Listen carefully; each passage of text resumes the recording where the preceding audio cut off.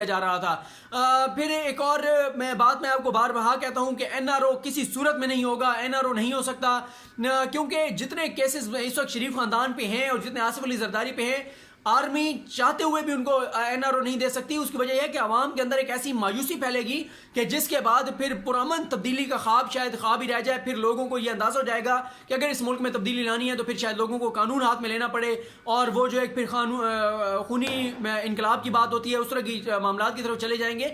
NRO बिल्कुल नहीं हो सकता।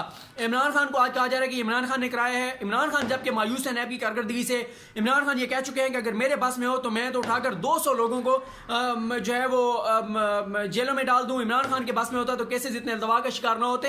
और पहली बार नून लीग के लोगों का एहतसाब हो रहा है। पिछले 10 सालों में कमरुज़्ज़मान चौधरी पहले चेयरमैन नैब थे, उनके दौर में जब उन्होंने एक बार मियां मंशा को बुलाया तो नवाज शरीफ ने उनको थ्रेट किया, परवेज रशीद ने बयान दिए, सब ने बयान दिए। और उसके बाद आपने देखा कि कमरुज़्ज़मान चौधरी जो एक नैब की जब तारीख लिखी जाएगी तो मेरा ख्याल है कि सबसे करप्ट चेयरमैन नैब का जो एजाज होगा वो कमरुज़्ज़मान चौधरी के नाम जाएगा।